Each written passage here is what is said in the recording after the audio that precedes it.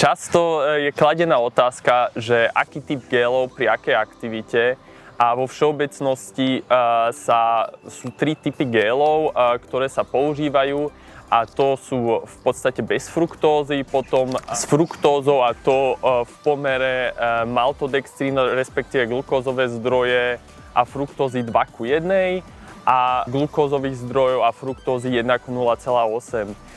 Tieto 3 vlastne gély, respektíve aj pomery sa etablovali a má to aj určitý zmysel a každé si nájdu svoje použitie v rámci nejakých aktivít. Všetko závisí od toho, musíme si vždy na začiatku povedať, že aký typ tréningu alebo aktivity ideme, aká je dĺžka, aká je intenzita, a na základe toho sa vieme rozhodnúť, že aké energetické nároky náš organizmus má na to, aby sme vedeli tú aktivitu podať v čo najlepšom výkone a si zobrali napríklad aj z toho tréningu čo najviac. My napríklad máme tiež v každej tejto kategórie pomerov produkt. Pri géloch bez nejakého väčšieho prídavku fruktózy tam máme náš Gel Energy. Potom gély, čo sú pomer glukózových zdrojov a fruktózy 2:1, to je Gel Pro. A potom vlastne pre najvyšší príjem sacharidov máme Gel Ultra, čo má pomer 1:0,8 a ten máme v kofeínovej a bezkofeínovej verzii. Dôležité je dopredu si povedať, akú aktivitu idem a na základe toho sa rozhodnúť.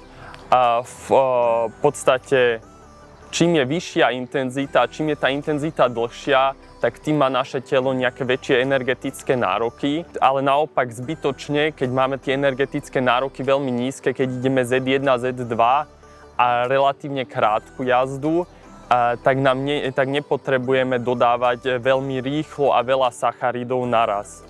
Na základe toho máme aj to dávkovanie, že Gel Energy, ktorý je práve robený na to miernejšie tréningové zaťaženie, keď nejdeme nejaký intervalový tréning, respektíve dlhý vytrvalostný tréning, tak tam je príjem sacharidov 20 gramov z glukózových zdrojov predovšetkým a tie ďalšie 2 majú potom po 30 gramov. Ako sa tie energetické nároky pohybujú sa tak, že keď neriešime teraz nejaké veľmi ťažké aktivity, respektíve nejaký profesionálny šport, ktorý mieria až 120 a viac gramov na hodinu, tak my pri bežných tréningoch v nejakej strednej záťaži do 2 hodín nám úplne vystačuje sa pohybovať do 60 gramov na hodinu, v prípade potom nejakých dlhších aktivitách a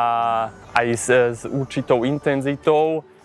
Tak je to niekde medzi tými 60 a 90 gramami. Samozrejme, keď si už na nejakú tú absorpciu pri vysokých intenzitách zvykneme, tak môžeme potom skúšať presahovať tie limity a samozrejme ísť až na tých 120, respektíve naviac a pozorovať, ako sa nám telo bude správať, či nám to bude podporovať náš výkon. Často sa stretávam aj s tým, že ľudia si berú pretekové gély na vysoký príjem sacharidov aj na relatívne krátke tréningy v zóne Z1, Z2 a je otázka, že či je to chyba, či nám to nejako uškodí, neuškodí.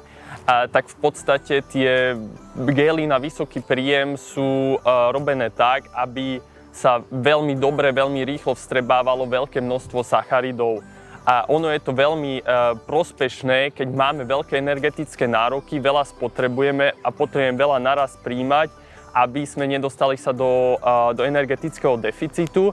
Tento energetický deficit, do tohto sa nedostaneme, keď ideme veľmi ľahkú intenzitu a zbytočne potom nejako aj zaťažujeme naše telo, že musí hormonálne regulovať glykémiu, čo vieme zamedziť tým, že keď si zoberieme gel práve že na báze maltodextrínov, to vstrebávanie tam funguje iba cez jeden transportér, je to pomalšie a tá glykémia bude určite stabilnejšia a s menšími píkami. A z tohto hľadiska to máme veľmi jednoduché, keď idem tréning Z1, Z2 do nejakej doby 2-3 hodín, orientujem sa na 60 gramov na hodinu maximálne, tak máme tento gel Energy. V prípade, že idem dlhší vytrvalostný tréning, to sa niekde pohybujeme nad 3,5-4 hodiny, tam je už potrebné príjmať viacej, aj keď stále idem Z2, je potrebné príjmať viacej sacharidov. Tam sa už pohybujeme niekde od 60 do 90 gramov, na to máme gel Pro 2:1. A rovnako, aj keď idem kratšie, ale intenzívnejšie, odporúčame gel Pro 2:1. A v prípade potom pretekových aktivít, keď už máme tú skúsenosť a chceme sa dostať na ďalší level výkonnosti a avizujeme cieľ príjmu sacharidov nad 90 gramov, tam už musíme ísť pomerom 1:0,8. Tam s našim gelom Ultra, či s kofeínom alebo bez kofeínu, ten je správna voľba.